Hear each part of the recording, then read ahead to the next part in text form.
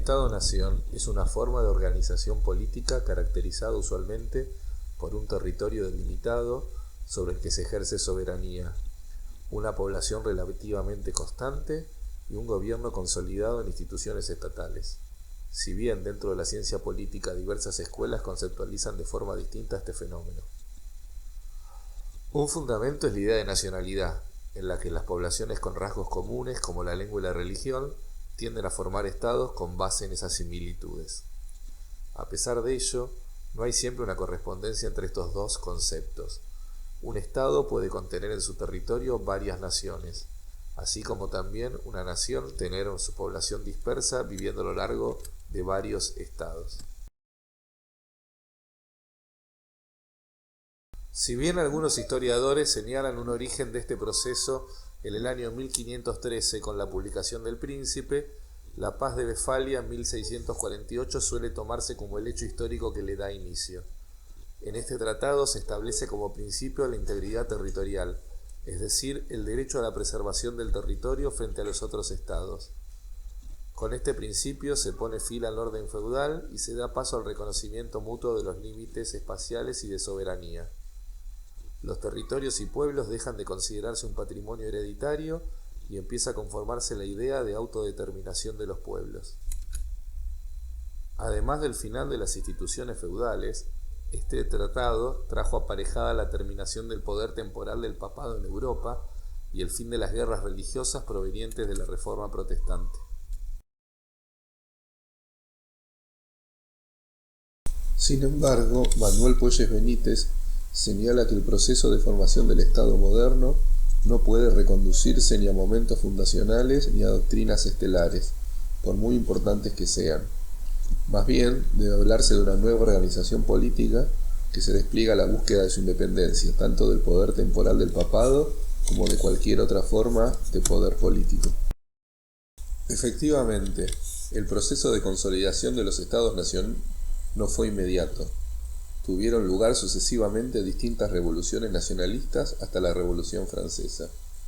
En el largo plazo, se pudo observar una evolución y transformación lenta de las monarquías feudales en autoritarias y luego absolutas. El cambio fue más profundo que el institucional.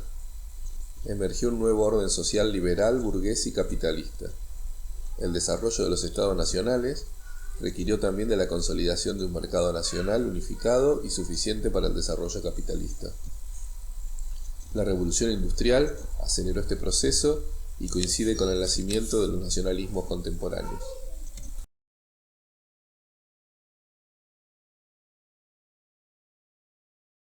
El racionalismo dio origen a la idea de ciudadano en lugar de súbdito. Se trata de un individuo que reconoce el Estado como su ámbito legal, donde goza de igualdad con los otros ciudadanos.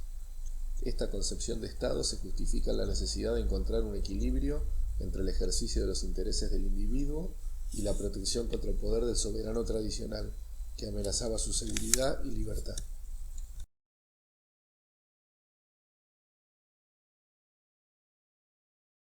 Existe un consenso entre los historiadores de reconocer la diferencia sustantiva entre la educación del antiguo régimen y la del Estado moderno. Sin embargo, esta transición tampoco será instantánea. Durante la Edad Moderna, el modelo educativo no había cambiado y seguía bajo la influencia religiosa y superestatal. Los nacientes estados no estaban interesados en la educación, menos aún en la popular.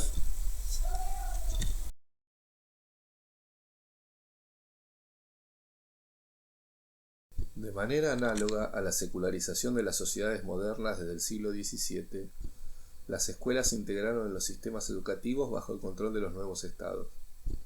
La religión fue perdiendo su rol aglutinador social central y por lo tanto su cuasi monopolio en las definiciones en torno a la educación. Paralelamente al retroceso relativo de la Iglesia, aumentó el número de escuelas públicas dependientes de las autoridades del Estado-nación y de colectividades locales o territoriales. La separación entre la Iglesia y el Estado fue desigual en los distintos países y en consecuencia también fueron distintas las proporciones de establecimientos y alumnos.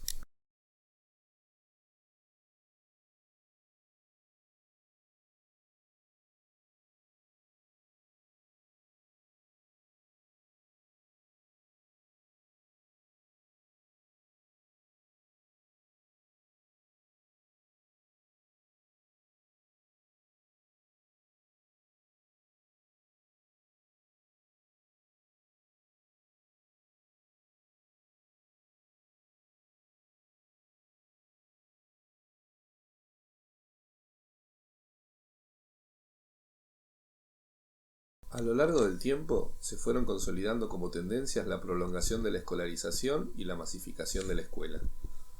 Primero se escolarizó a los varones, luego se incorporó a las mujeres y paulatinamente se extendieron los años de escolaridad obligatoria.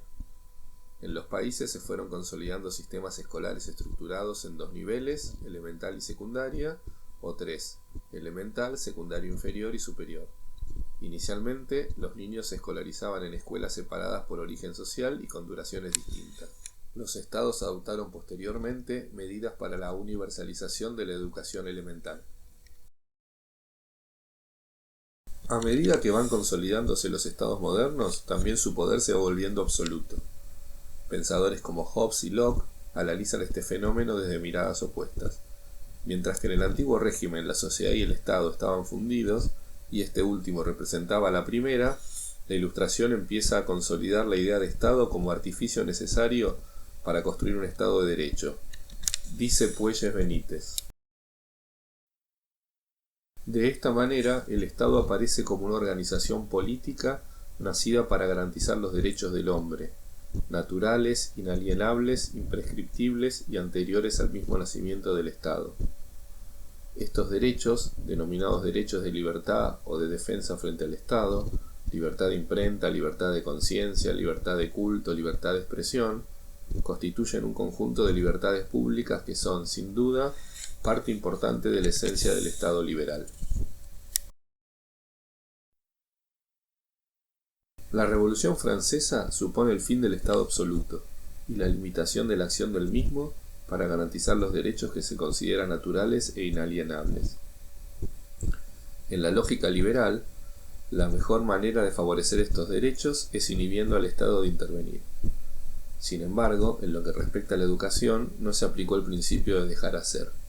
Luego de la Revolución, con la expropiación de los bienes de la Iglesia, el Estado francés toma bajo su cargo la educación y la beneficencia. A pesar de las grandes diferencias ideológicas al modelo anterior, hubo un consenso entre los revolucionarios. El nuevo sistema educativo debe ser un sistema público, es decir, abierto a todos, atento a las necesidades de la sociedad, organizado y controlado por el Estado.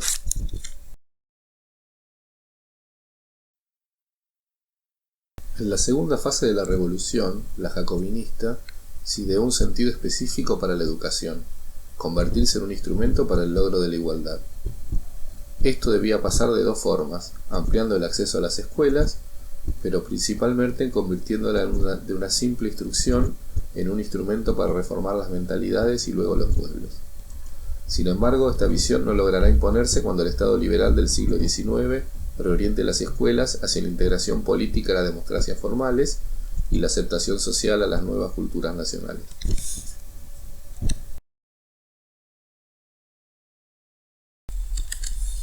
Historiadores como Green señalan la creación de los estados liberales como revolución cultural profunda que tuvo en su centro la educación.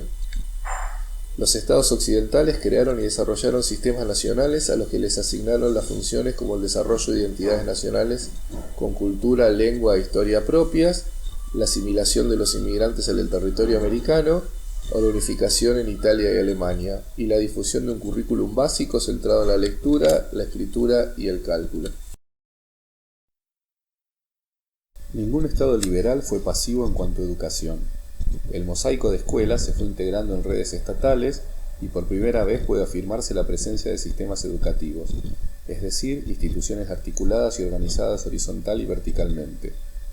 Estos sistemas se caracterizan por prácticas homogéneas y control y supervisión por parte del Estado. La definición de los fines de la educación pasa a convertirse en un tema de la agenda parlamentaria, donde se expresan las distintas orientaciones ideológicas mediadas por la representación política. Sin embargo, esta expansión no estuvo exenta de conflictos. El desarrollo de los sistemas estatales implicó de hecho para la Iglesia Católica la aparición de una competencia a su cuasi monopolio, la limitación fáctica a su posibilidad de expansión y finalmente una amenaza a su funcionamiento autónomo. Aparece entonces la demanda de la Iglesia por el reconocimiento de un nuevo derecho, la libertad de enseñar. Este derecho representa una demanda de primacía de lo privado sobre lo público y se plantea en conflicto con los propios del naturalismo, que servía de base a la concepción liberal del Estado. Mientras los derechos naturales se presentaban como innatos, anteriores y superiores al Estado, la libertad de enseñar solo puede ser explicada a partir de la existencia de los sistemas estatales de educación.